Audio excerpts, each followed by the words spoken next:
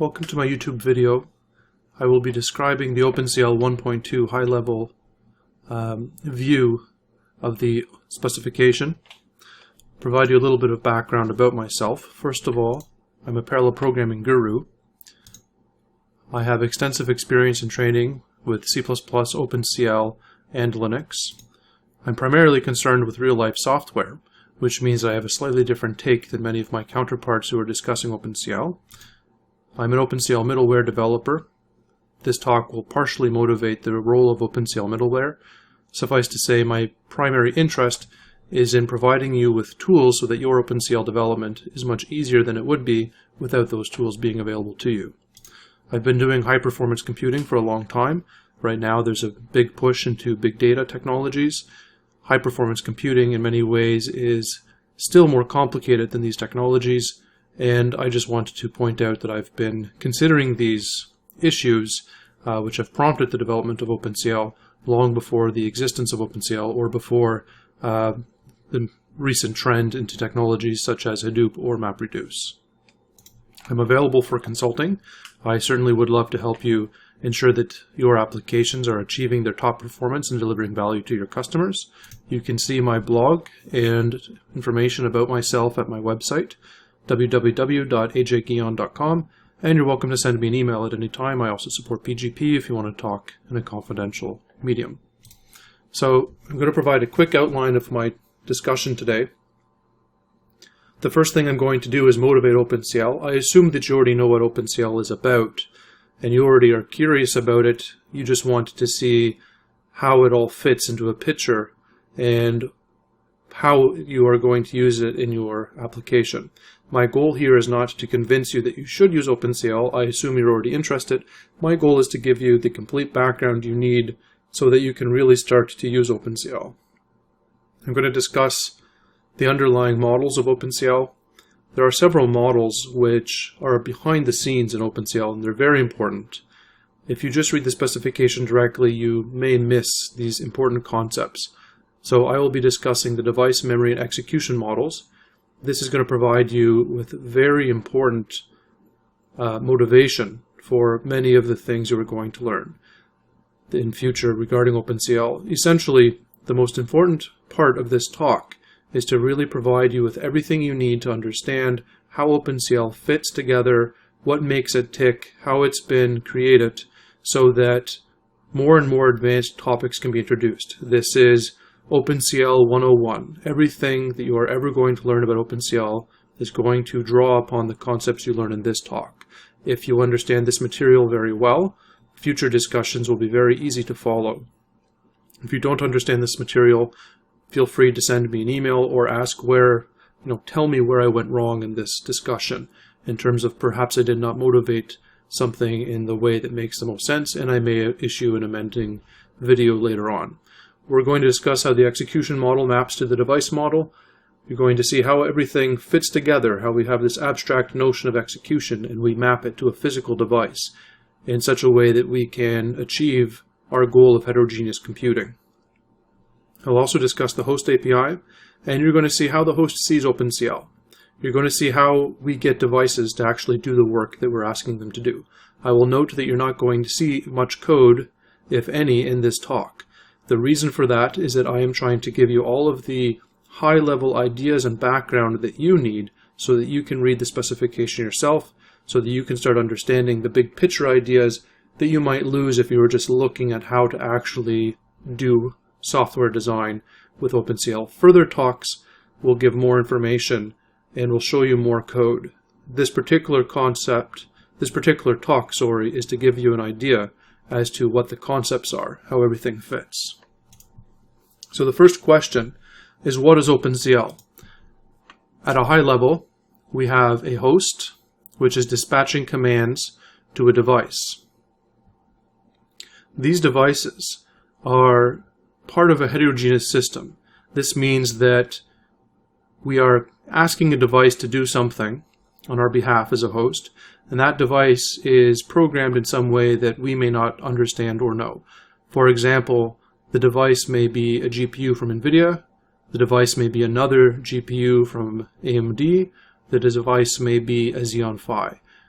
The key point here is that we have a device that does something interesting, and we want to communicate with it and tell it to do work. This is a key point of OpenCL. The first main actor in OpenCL is the host itself.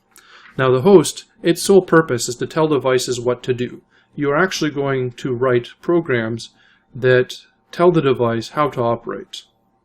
And this is the OpenCL C API. It can be confusing because we also have OpenCL C, but the host is what is calling the OpenCL C API, which links to libopencl. This is something you've installed which allows you to talk to the device. We also have devices which actually execute work for the host. This is where all of the important work is actually being performed. On the behalf, the device is performing work as asked by the host and providing results back when it is asked to do so. The role of the host is to offset loads to the devices and tell them to do something interesting for the purpose of a larger application. There are several models to consider in OpenCL, and this is the main thrust of this particular talk, is to make sure that you understand these models completely, because they influence everything that you will do. The first model to understand is the device model. What do devices look like inside? How do we program these devices? What is the common layer? What is a common concept that is provided to us? The next thing to consider is the execution model. How do we actually run work on these devices?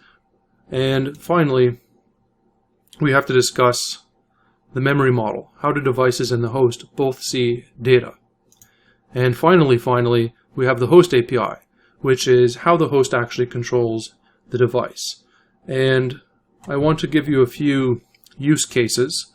We're going to discuss each of these models in detail. This is essentially the entire talk today, is to discuss every one of these models. But I want to provide you with some motivation as to why you might want to do this and the type of things that OpenCL can help you with. So consider that we're doing fast permutations. So we have data, it's not in an order that we want. A permutation could be a sort. A permutation could be some sort of hashing. A permutation is just some sort of shuffling of memory. Now, if the device that is attached to us can move memory faster than the host, it may make more sense to copy a large piece of data to the device, have it permute the data, and copy it back. This is a potentially interesting use case. Another use case, which is slightly related to permutations, is data translation. If we have to translate data from one format to another, and if devices have good properties, or the translations involve a lot of bookkeeping or a lot of memory movement, we may find it is easier to do the translation on an external device, such as a GPU, than to do it on the host itself. Finally, numerical software is a very important use case and is probably one of the main reasons that the pioneers of GPU software are coming from fields such as numerical analysis and engineering. If devices can execute instructions fast enough, you might want to use them to actually do your modeling or do your simulation. Now, I want to point out these other two use cases of fast permutations and data translation to show you that OpenCL is not strictly a numerical software standard. The point of OpenCL is that you're controlling a device, and you can use these devices in interesting ways according to what they're capable of doing. I want to discuss the OpenCL standard itself. There's a brief history here. OpenCL 1.2 was released as a specification in December of 2008. In this year, July 2013, the OpenCL 2.0 provisional specification was released, and in between we've seen several iterations of the standard being released which have added new features. The OpenCL 2.0 specification adds significant new features, and it does adjust the philosophy and model that we are discussing today. However, because it is a provisional specification and because these other OpenCL versions are still going to be around, this talk is very relevant. Everything you learn here is going to help you understand how OpenCL 2.0 refines these concepts. Now, there's several parts to the OpenCL specification itself. The first part is a core specification. This means that if something implements OpenCL, that this is something that you can assume that every, for OpenCL 1.2, say, the core specification dictates that every conformant implementation supports something. So if image support, which is something that is just, there's hardware support for doing image manipulation, if it is part of the core specification, for example, it means that any device that says that it can do OpenCL 1.2, it support it. This is the main concept of the core specification. There's an embedded profile which relaxes the core specification, provides a subset of functionality. The intention of the embedded profile is to target handheld devices. We have extensions which also provide additions to this specification. They might become part of the core specification later. And we also have to consider the fact that even though it is one specification, there are many facets to it. So for example, if you're coming from a C or C++ background, these are very foreign concepts that there are degrees of freedom provided or permitted to vendors in terms of how much they can really support OpenCL. Perhaps they can't fully implement the core specification. We allow them to relax what they can support and call themselves an embedded profile. This is a slightly complicated notion if you're coming from a background, as I say, in C or C++, where if you implement it, you implement pretty much everything, unless you're doing something very specialized, at which point you won't call it C or C++. There are several components to OpenCL. The first thing is that we have the C host API. I alluded to this already. This is what you call from the host, and this directs devices. It tells them what to do. This is the main part that an application programmer is going to use, who is basically saying, what devices do I want to use, what do I want them to do, what functions I want to call, where should memory be. This is the point of view of the host. The device uses OpenCL C. This is a language based on C99, which has many built-in functions, and this is also within the standard. You will see roughly half of the standard is dedicated to OpenCL C. Underneath the standard, it's not necessarily directly addressed. There is a memory and execution model. There is a preamble in the specification which provides some details of this model, but in my experience you have to look through the specification to really understand what these models are and how they relate. That's the primary value of this talk, is that I've already done the work of scouring the specification and completely understanding how things fit and conveying it to you in a manner that should make it easier for you to access the specification. If we look at the big picture, on the left you see that the host API is responsible for the operation of the host. The host is going to call the host API to manage devices, which you see on the right. Devices are programmed using OpenCL C. This will be the topic of the second talk that is a subsequent video to this one. And underneath all of this are these models. These models are here to guide everything. They're not necessarily directly addressed, but they underlie everything. And if you understand these models, understanding OpenCL C, understanding memory management, everything becomes much simpler because you understand how the models work. So let's start discussing the models. We're going to discuss them one by one. Let's start with the device. As I pointed out to you before, the device is external to the host. This line here does not have to represent a physical pins or anything like that. It could be that we're accessing a device over the network. It could be anything. The point is just that the host has some way of seeing a device. So let's take a look inside of it. This is the device model, and we're going to look at this piece by piece. You can see these rectangles inside of here, inside of the box. You see that we have something called global memory, constant memory. We're going to discuss every piece, but I want to keep descending into the model. So the device is broken down into further pieces. For example, this is a compute unit. As you can see here, we have 15 compute units. And let's descend into the compute unit so that we can understand it. Inside of the compute unit, we see 8 of these smaller blocks with the label PE and with something called private memory. PE stands for processing element. Now, we're going to recurse again, and let's take apart one of these blocks of the PE here and private memory and see what that's about. So, as I've mentioned, the PE is a processing element. And the best way to think of this is to think of the processing element as a very simple processor. In particular, all instructions are executed on the processing element. This means that everything that you are going to do in terms of actually making devices do work, the PE is going to be responsible for all of that. So let's zoom out again and look at this particular fictitious device. In this fictitious device, we see that we have 15 compute units, which I use as a shorthand CU. We have 8 processing elements per CU. PE is a shorthand for processing elements. And someone might claim that we have 120 processors.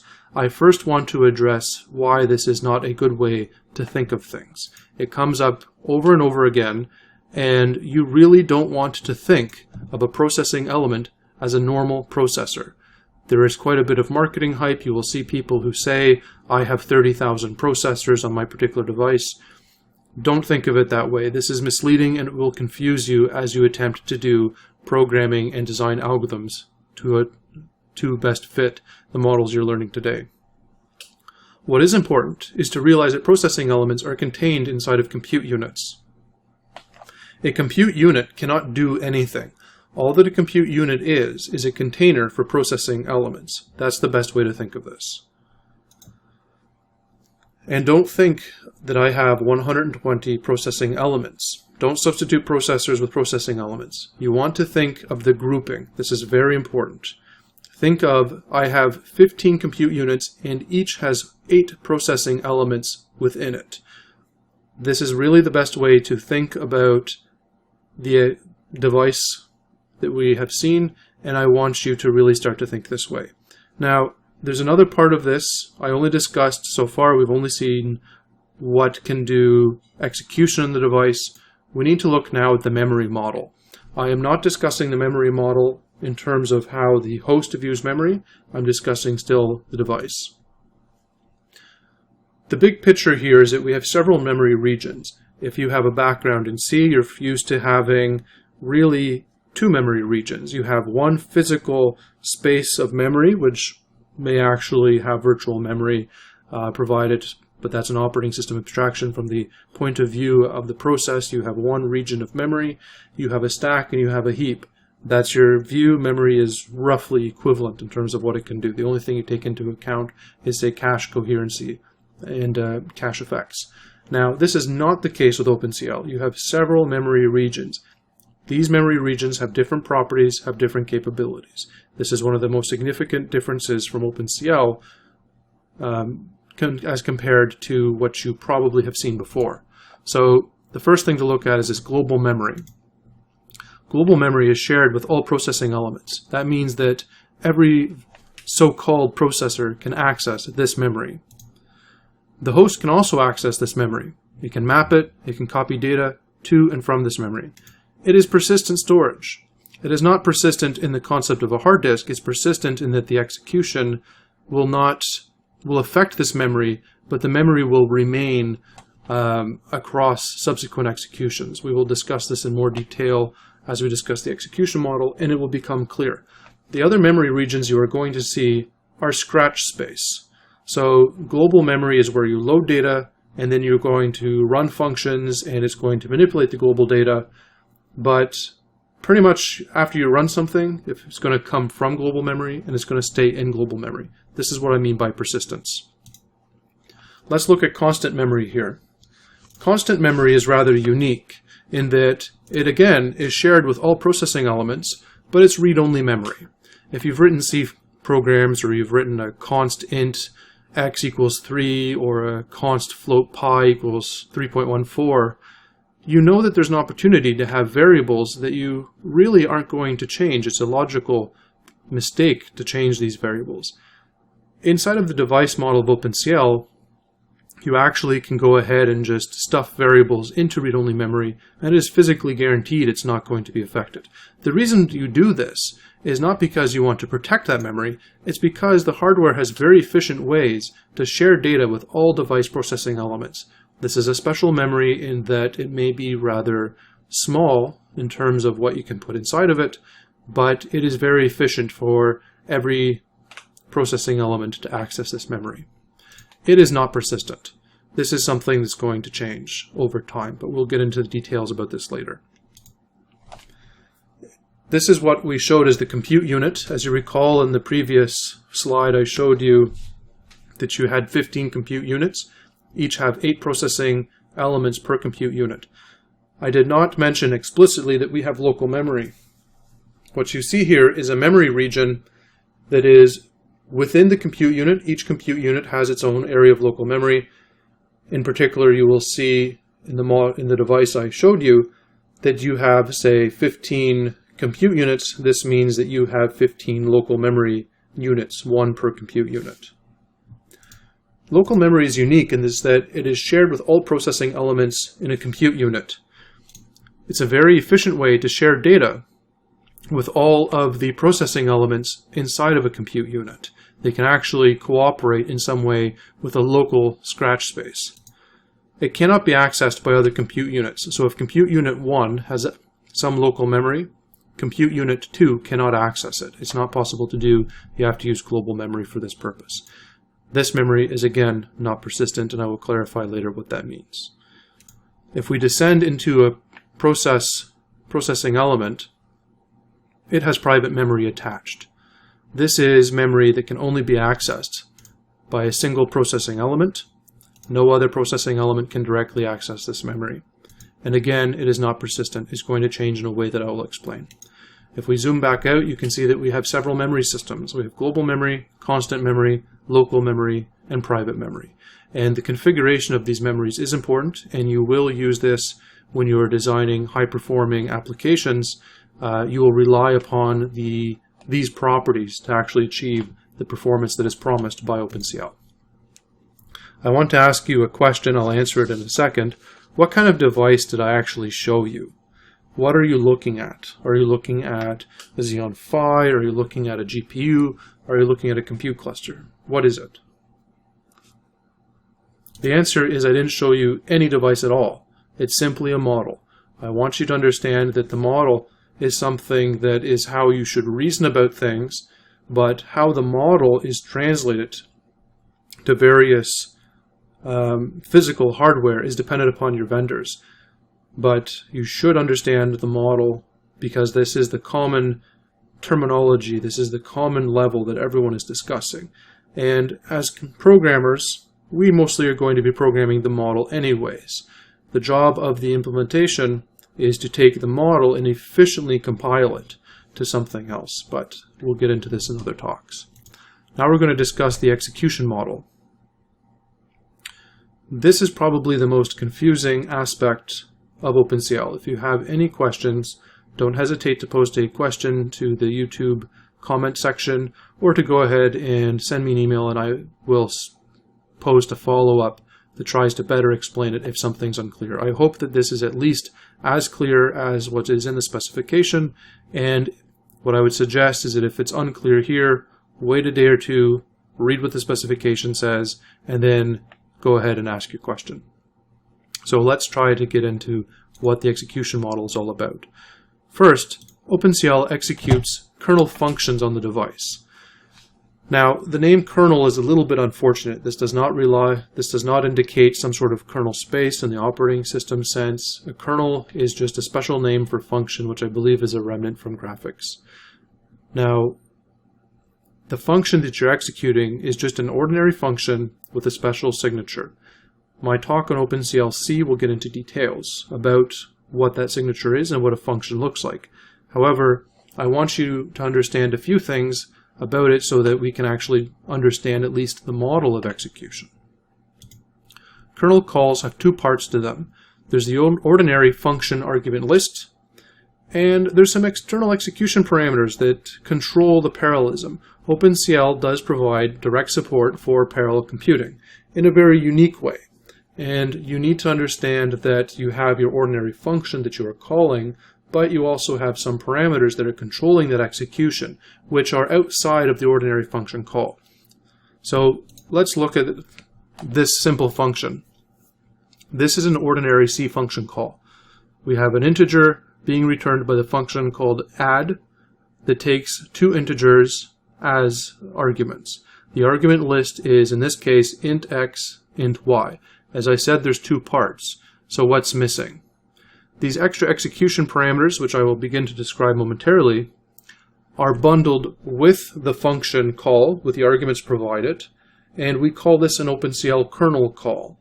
What this means is that execution of functions is not what you're used to from C or C++. There, when you just call you can call a function as soon as you provide the parameters.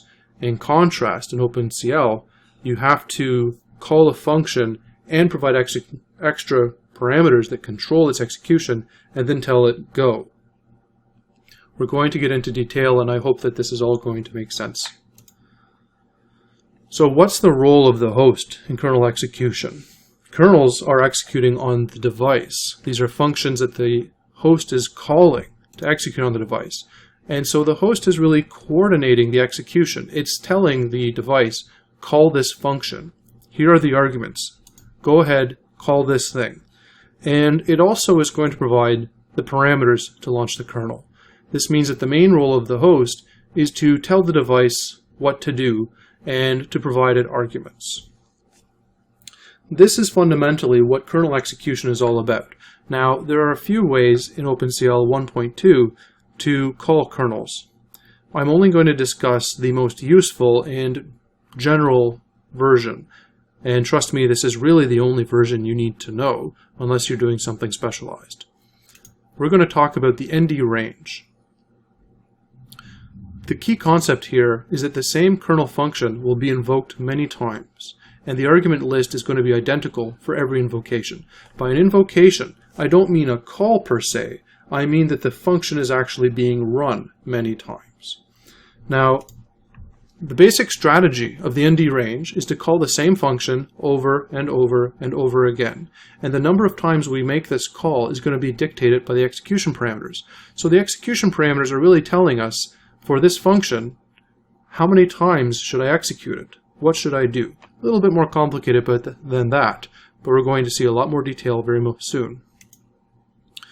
The host is going to set extra execution parameters prior to it actually launching.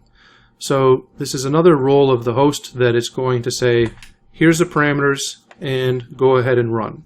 We've seen this, and there are particular parameters you have to set for an NDRange that we're going to see. So let's show graphically a little example of this. On the host side, it's going to say launch foo 123 and run it 10 times on the device. This is all the host is going to do. It's not going to run it, it's not going to do anything itself, it's just going to tell the device to do it. The device, for its part, is going to execute these functions 10 times as it was told to do. This is somewhat natural. You probably will think of this as a for loop. Now, it's a good way to think of things as a for loop, but I'm going to show you something called an index space, which is a much better way of thinking of things. But I want you to understand the concept from several different directions so that you completely understand the NDRange. Now, one of the first problems we have here is that we don't know which call we're in. So how does a kernel function that's executing know what to work on? If I'm being called, the argument list is identical. So in the previous slide, I showed you launch foo 123. Now, foo 123 has been called several times, but how do I know what I actually am? How do I know what work I should be performing? What if I'm supposed to be moving data around? What is my data to copy? The key insight here is that the execution parameters I keep mentioning but have not directly discussed yet provide an index space. And each function invocation knows its index in that space. So for example, in the launch of foo123, I know that I'm call 3 of 10. This is how you're basically going to write algorithms, in that you are going to understand what index you have in the space, and you're going to have to formulate your function in this way. And I will show you why this is fairly efficient from a hardware point of view. I'll point out that the index space is n-dimensional. You can think of this geometrically. You can also think of it as a number of elements inside of a tuple, inside of a set. I will get into this in detail because I want you to completely understand the NDRange. If you get nothing else from this talk, understanding the NDRange is absolutely critical to unlocking performance and to achieving all of the goals that OpenCL all of your goals with OpenCL. So I mentioned the NDRange as maybe a for loop. And is this a good way to think of things? So we can certainly think of it this way as a first approximation. So you're going to provide this function, the outside component of the for loop, saying, size ti equals 0, I less than size, increment I. This is all being done by those parameters for you behind the scenes. What you supply is the function, the name of the function with the parameters, and the structure of the outside for loop, if you want to think of it that way, will be provided for you. Now, if you think of it this way, we have what OpenCL calls the global work size. This is the number of iterations we are going to complete. And I, in this case, is the global ID. So what we actually are going to wind up having is that foo is able to actually know which I it is and the full size. So it has some understanding of where it is inside of the for loop. Now, we can do another thing with for loops, and we can have a work offset. So if we iterate from an offset as the base, and we keep incrementing j until we hit that the size plus the offset, that j is becomes larger than that value, this is a fairly natural way to think of what a work offset is. OpenCL provides this. It calls it a global work offset. So now we have two concepts here. We have the global work ID, and we have the global work size, along with this global work offset, which by providing these three values, we can get different for loops out. And this is one way to think of the NDRange, is that the structure is going to be provided to you. Now, if we want to do multiple loops, here we're iterating simultaneously over x, y, and z, then we can go ahead and just say the number of iterations is the work dimension. Now, you'll notice that the function foo in all of these cases has not depended upon x, y, or z directly. That's because we assume there are functions within it that are going to allow it to determine which x, y, and z it actually is. So you really don't want to directly provide the iteration to the function you're calling, and the reason for that is that, as I said, the argument list is fixed across all invocations. Now, another way to think of an NDRange, and this is probably the best way to think of it, but I wanted to motivate you what this really is in terms of for loops, which is something that I assume you're familiar with, is as we want to think of an index space as a set of indices that we're pulling from. So really, don't think of for loops per se. The reason for that is that for loops are really sequential. You have to execute one thing before you can do the other thing. Inside of libraries such as threading building blocks and other things, there are parallel fors, and this is a little bit like what you have with OpenCL, although the way that the OpenCL parallel for works is a little bit specialized. There is no such thing called parallel for. That's what NDRange is all about. So I want you to think of a set of indices. That's how you should think of the index space. And each element is an element tuple. And this is really what you've already seen. Now, each invocation, so each function when it runs, is going to pull a random index from the set. It is not random precisely, but it is best when you are doing design to consider it to be random. Otherwise, you will find yourself hitting problems you did not consider because you thought through something sequentially on a piece of paper rather than randomly. Now, what's going to happen is that this set of the set that makes up this index space is going to be populated before kernel execution. And what's going to happen is that as a kernel runs, the functions are going to pull out an index and it's going to run on the hardware. So it's going to stop when the index set is empty. So this is a way of visually imagining this. We have a set here called index space on the left. We're going to pull out tuples one by one, and we're going to pass those tuples as some sort of parameters that can be accessed in a way that's different from the argument list. You need to use functions to access that. The OpenCL C talk will discuss this. And this, the function list, the argument list has been fixed in place for these calls to foo. So really, we're just pulling things out. As you can see here, it's very random. And as we pull things out, the index space is going to shrink until it's empty, until there's nothing left to do. At this point, the kernel terminates. And this is, at its heart, what an NDRange is all about. I'm going to provide you with a few definitions that are within the specification. The work item is what you should think of as an invocation of the kernel for a particular index. So in the very first example, I said for I equals 0 to 10. I is the work item. Now, if I is equal to 3, then your work item has a global ID. You see it in the next thing, but let me just say for a moment that your work item is equal to 3. Now, what's going to happen is that you complete your work upon the I equals 3, and then you're finished. You don't do anything else. You're done. The work item's dead. Now, this is a very interesting way to think of a for loop.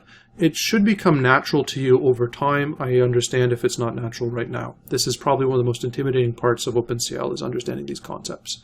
Now we have what's also called a global ID, which is a globally unique ID for a work item. You can think of this as basically, your index that you're using in your iteration space. And we have a global work size, which is the total number of work items. Now this is per dimension. As I said, you can have multiple dimensions. And the work dimension is naturally defined as the dimension of the index space. You can either think of this as the number of for loops. So dimension 1 is one loop, dimension 2 is a loop inside of a loop, and dimension 3 is a loop inside of a loop inside of a loop. Or you can think of it in terms of indices, that you have one element within the tuple, 2 elements, or 3 elements within the tuple. Either way, they're equivalent. It's up to you how you like to think of them. Personally, I prefer to think in terms of index spaces now. When I began using OpenCL, I thought in terms of for loops. So I encourage you to think in terms of index spaces, but ultimately it doesn't matter. Unfortunately, something is missing from the execution model, but we haven't really motivated what's missing. Everything I've said is accurate, but it's not the complete picture. And I want you to understand why it's bad that we're missing this. And we're going to have to discuss how we map the execution model to the device model in order to properly motivate what's different. The first thing to consider is, how do devices actually do their work? This is a very important question. And when we look at our execution model, we have tuples being pulled from an index space and being passed to identical functions. The source for these functions is identical. The argument list is identical. It's fixed. They all have the same parameters. So this is how we've seen executions done. On the other side, we have this device model where we have all of these processing elements, and we kind of know that the work items are going to have to be mapped to the processing elements in some ways, because I told you that they're the only things that actually can run instructions. So immediately remember, the processing element runs the instructions. So work items should run on the processing elements. That's the natural way to think of it. And what's going to happen is that we're going to assign multiple work items. Now let's just pause here and think about it for a second. As I said, work items are particular invocations of the function. You can think of them as indices. So I equals 1, I equals 2, I equals 3. Those particular invocations are going to be assigned to a processing element. So in order to map the concept of the execution to the device, we're going to take the work items and map them to processing elements. And we're going to have to handle the case that we have more work than processing elements. This is a really good approach, but something's missing. We're still missing something here. So I'll give you a second to think about what it is before I just tell you what it is.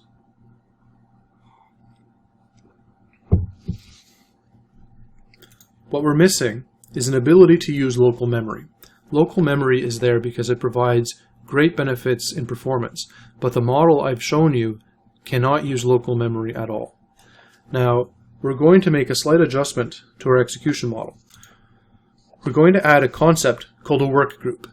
And now I promise you there is nothing else I've withheld for you. This is the complete concept, but I wanted to motivate why it's important.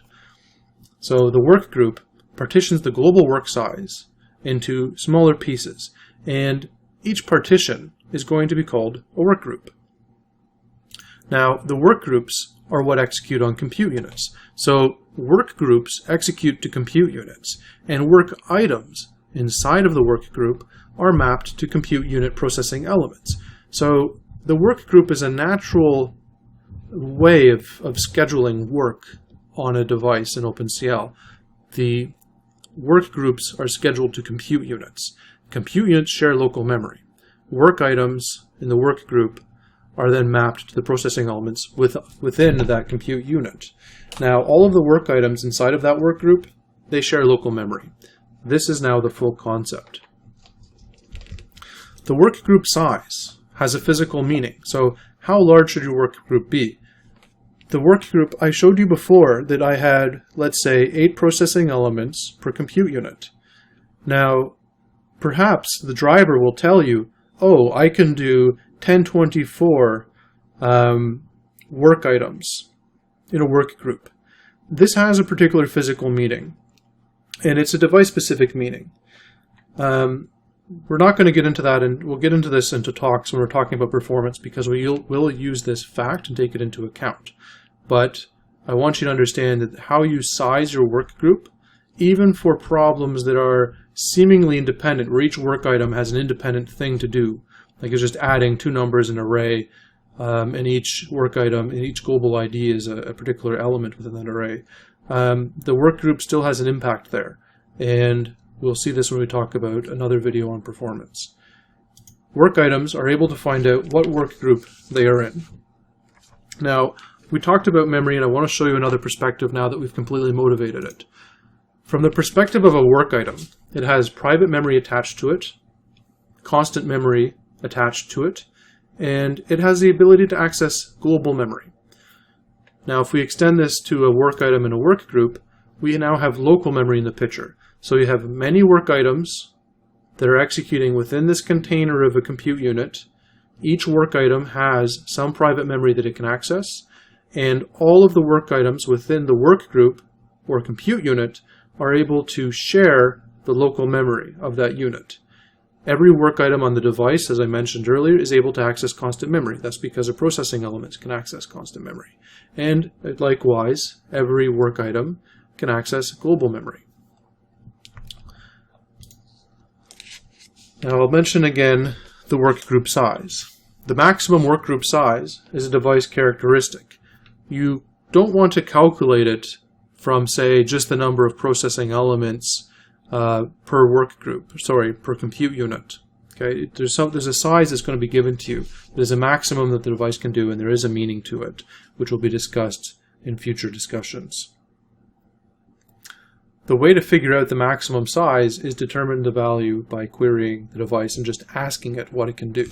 For example, you may see on a CPU that it tells you that it can execute 1024 work items within a work group. You may see on a GPU that it says the maximum work group size is 256 work items. The maximum work group size is actually an integer. And we have to handle the fact that, as I've mentioned, we can have n-dimensional work groups. So we can size our work group to be in multiple dimensions. And we have to have a way of bringing this back down to a single scalar integer. As I've mentioned a few times now, I want to make sure it's completely clear.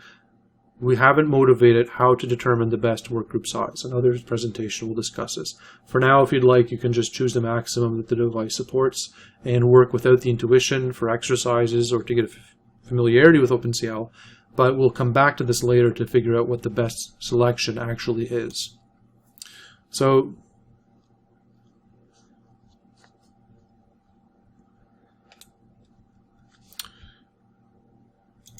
this is a duplicate slide, in some sense. My apologies, this is slightly similar to something you just saw, but basically what we have happening here, what's new is that I've shown you that you can have, at the bottom here, work items can find out a few things about themselves. They can find out their work group ID, the size of the work groups, which is the same for all work groups. They all must have the identical size. They can find out their global ID, and they can find out their global work size. Now, conceptually, I want to show you what's happening. so that you can see sample source code, that you can see what this execution kind of looks like. Again, the only thing you're providing is parameters that kind of create all of this boilerplate for you. You can't directly do this. All you can provide is the function you're going to call and a set of execution parameters, as I mentioned before. So let's see what it would kind of look like to do workgroup launching. You see here that we have the workgroup size. This is just a parameter that says how many elements or how many work items are in a workgroup. This is the global work size. So what's the total space we're working with, and what's the offset? Now, to actually launch workgroups, this is again not what happens, this is just a conceptual method, but what's going to happen is that we're going to launch the elements or work items groups at a time. So for every group, we're going to go ahead and for group 0, say, we're going to locate some local memory. This is actually physically on the hardware, so this doesn't really happen. And then we're going to iterate over a local identifier so that we actually we launch the work group, and then we go in and we launch all of the work items within that group. We calculate the global ID as the offset plus the work group ID plus the work group size, multiplied by work group size plus local ID. So really what's happening is that this is what the function that's executing all of this boilerplate is kind of done for you in a way. And all I wanted to do in this slide is make it clear to you that it is the work groups that are scheduled and the work items are broken apart within the compute unit itself, sharing the local memory resources. That's something that you may miss when you read the specification yourself. So how do we handle n-dimensional work groups? What do we do? Well, work groups can have multiple dimensions. You can think of this geometrically, which you'll see soon, and you can think of this as pulling n-dimensional tuples from a set, which you've already seen. But as I've mentioned, your maximum work group size is a scalar. Your work groups can be n-dimensional sized. For example, if your maximum work group size is 32, and you're launching with dimensions 8, 2, and 1, how do we translate to make sure that we're not going over the maximum size? Well, from the perspective of the device, the workgroup size is really one-dimensional. The 2, 3-dimensional stuff is just an abstraction for your convenience. What's going to happen is you give these k workgroup sizes, so W1 to W2 all the way to W sub k, and just multiply them out. So long as it's less than or equal to the maximum workgroup size, you can use it. If it's larger, you're going to hit an error from the host API. It won't launch, and this is just something to be aware of. Now let's think about this geometrically. I've given you an approach where you can think of this in terms of index spaces. I want to give you another approach where you can think of work items geometrically, because you may find that this helps you. Suppose that I have a global work size of 32 here. I'll note that this slide's slightly in error, that it shows an index at 23, but let's ignore that. So we have a global work size of 32, we have a work group size of 8, and we have this space. One way to think of this space is that we're going to have the OpenCL itself break this into work groups for us, such that contiguous work items are within the same work group.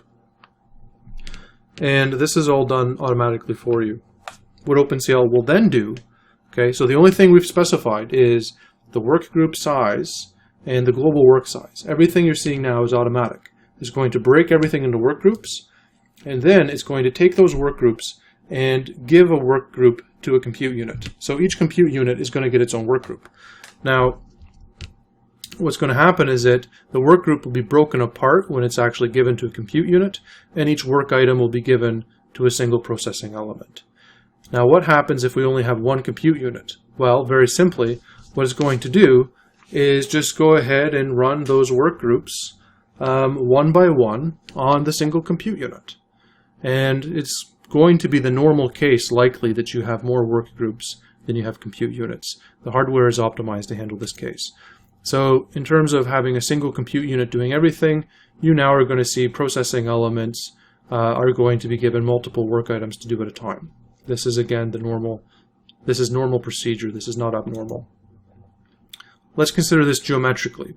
Now we have a global work size of 8 by 4, and we can think of this as a 2D array or a rectangle, however you like to think of it. I just want to show you geometric interpretation, and we're going to specify a work group size of 2 and 4. Again, things will be broken down. We're going to get 4 work groups, and this is a 2D partitioning. This might be useful if you're doing some sort of 2D grid problem, just because it helps you think things through. It makes the indices a little bit easier than doing everything by hand in one dimension. Now, if we have a 3-dimensional problem, then again we can go ahead and provide a 3-dimensional work size and a 3-dimensional workgroup size, and everything will be broken down for us accordingly. I'm going to make a few last points about the kernel calls. The host provides execution dimensions to the device. It's going to create the index space. And the parameters to the functions can either be values, or, as I have not mentioned before, they can actually be global memory objects. When you learn about OpenCL C, you'll see this.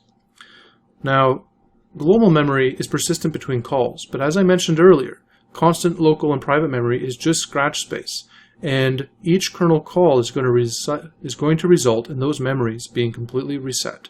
So the main idea here is that if you actually care about a particular value, you should just go ahead and leave it in global memory. The OpenCL implementation has considerable flexibility. These are models, so the implementation can decide how to best map work items to processing elements and how to actually schedule the work. You will see very big differences between, say, how a GPU will schedule work groups versus, say, a CPU. I hope that this last section made sense. If you are saying to yourself, this is completely trivial, and I don't know why he made such a big deal out of that, then I have done a very good job in teaching you this concept.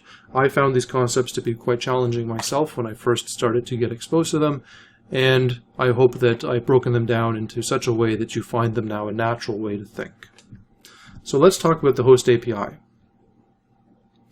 The host API is the other part of the standard that's providing opportunities for the host to do what it needs to do. So we have here a platform, context, and program. These are the main things I'm going to discuss, as well as how the device does asynchronous device calls. There's more to it in the standard. Again, my purpose in this talk is to give you an opportunity to get into the standard and not be intimidated by it, and to have enough background so that you understand what you're reading when you go through and actually write your applications referencing the standard. So let's discuss the platform. What's this all about? Well, the platform, you can really think of it as an implementation of OpenCL. And platforms are kind of like device drivers. They're just exposing what devices are available to you. So, for example, if you have a system with 2 GPUs and a Xeon Phi, and let's say that one GPU is from AMD, one GPU is from NVIDIA, and the Xeon Phi is from Intel. So in this particular system, OpenCL will see several platforms. It'll see a platform from AMD for one of the GPUs, and just because AMD supports CPUs in their implementation, it's also going to see the CPU and expose it to you. If you have a platform from Intel, it's going to show you the Xeon Phi, and if you have a platform from NVIDIA, it's going to show you the other GPU. So the platform is just a way of discovering what's available to you. The platform is what discovers devices. It makes sense if you think of it as something like a device driver. Now the context. You create a context for a particular platform, and you cannot have multiple platforms in a context. This means that when you create a context, that you can't create one for both, let's say, a Xeon Phi from Intel and an NVIDIA GPU. Can't do it. So what is a context? Why are we discussing it? Well, a context is essentially a container. It contains devices, and it contains memory. And you are creating this container, and it's going to help OpenCL manage itself. Most operations are related to a context, either implicitly or explicitly. So creating a context is the first thing you do. When you write an OpenCL program, what you're going to do is discover the platform, get a context, now you can start allocating memory, now you can start controlling devices. So when you read the specification, you will see the platform model, you will see the context model, now you know what these things are. I will note that the platform is what discovers devices, and the devices, through the platform model, will tell you what they're capable of doing. Now let's discuss programs. We're fast forwarding through the specification a little bit here. So programs are simply collections of kernels. You've already seen this. So you've already seen kernels. We're just now saying that we can assemble groups of them and call it a program. And we have to extract kernels from your program to actually call it. So one of the things you're going to do is you're going to create a platform, you're going to create a context, after you found a device, and then you're going to go ahead and load a program, which is a collection of kernels, which are these special function calls. Now, OpenCL applications have to actually load these kernels. And the way it can do it is it can either compile OpenCL C source code, so we can load it by doing a compilation, which will be done as your application will have to stall out and wait for it to be completed, or it's going to load some sort of binary representation. I will note that programs are device specific. You're going to probably want to compile OpenCL C. With OpenCL 2 we have SPIR, which will eliminate a little bit of this issue. Now, when we discuss asynchronous calls, the host is managing devices asynchronously. As you know, you have multiple devices within your host, or attached to your host, I should say. So you may have, in our previous example, a Xeon Phi, an AMD GPU, an NVIDIA GPU, and potentially you can use a CPU as another device. Now, what's going to happen is that you're trying to manage all of these devices asynchronously for best performance. So OpenCL has an asynchronous interface that you should become familiar with, and I'm going to provide you some motivation for it, as well as a general idea of what's going on behind the scenes so that when you read the calls and prototypes, they make sense. At a high level, what happens in OpenCL's asynchronous device management is that we're going to issue a command to the device. We're going to tell it to do something. And what's going to happen is that devices are going to take the commands and do whatever they say to do. The host is going to wait for the command to complete. Now, it doesn't have to sit there and busy wait. It can enqueue quite a bit of work, but the host won't know that the command's finished until it kind of waits for it. It's no different than a join or anything like this.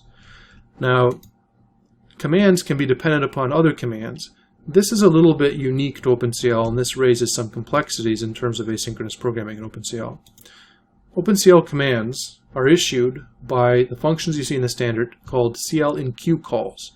So if you look at the standard, anything that says CL-INQ is issuing a command. Now, a CL event object is returned by any of these enqueuing calls, and you're going to use it for dependencies. So let's look at a sample call. I will note first of all that this is not the actual structure of OpenCL calls. This is what I'm showing you as a simplification just so that I can teach you the concept. If you look at the code, it is different how this is done. Okay? So permit me a little bit of flexibility to teach you the idea, and then you can get into the nitty-gritty details when you actually read the specification. So this command, CL-INQ foo, is going to enqueue the command foo to run on a particular device. So when we give a command, we're giving it to one device. We're telling it to do something. Now, the command is going to return to us a handle to represent when it's completed. Once we enqueue something, it's not going to execute right away. We're just getting a handle to tell us, okay, when it's finished, we'll let you know, and here's a handle you can use to query that. Commands also take a list of dependencies. These are previously issued commands that have to finish before this one can be done. This provides an opportunity for the driver to better schedule itself. Let's take a look at a sample execution. So I have here two commands I'm going to run called foo and one command bar. Let's trace it. I'm going to get an event called E1 because I'm going to say I want to enqueue the foo command. I want to enqueue the second foo command.